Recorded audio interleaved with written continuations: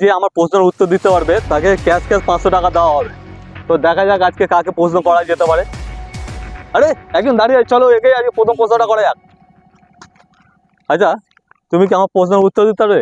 হ্যাঁ এই প্রশ্নের উত্তর দিতে হলে 500 টাকা তোমাকে নগদ নগদ দেওয়া হবে। ঠিক আছে। তা তুমি ধরো, তুমি রুবিতে বাসে উঠলে, গিয়ে সায়েন্স সিটি নামলে। সায়েন্স সিটি নামলে তো ওইটা হলো একটা 10 কিলোমিটার, ধরো এবারে ধরলাম 10 কিলোমিটার। আবার তুমি সায়েন্স সিটি থেকে বাসে উঠলে রুবিতে নামলে, ক কিলোমিটার হবে? 10 কিলোমিটার। 10 কিলোমিটার। ঠিক আছে, এটা একটু টেস্ট প্রশ্ন ছিল। এবার ফাইনাল প্রশ্ন। জানুয়ারি থেকে ডিসেম্বর মাস হচ্ছে 12 মাস। ডিসেম্বর থেকে জানুয়ারি মাস কত মাস হবে? 12। ঠিক উত্তর। ডিসেম্বর থেকে জানুয়ারি মাস ক মাস হবে? ডিসেম্বর থেকে জানুয়ারি 1 মাস হবে। 1 মাস হবে।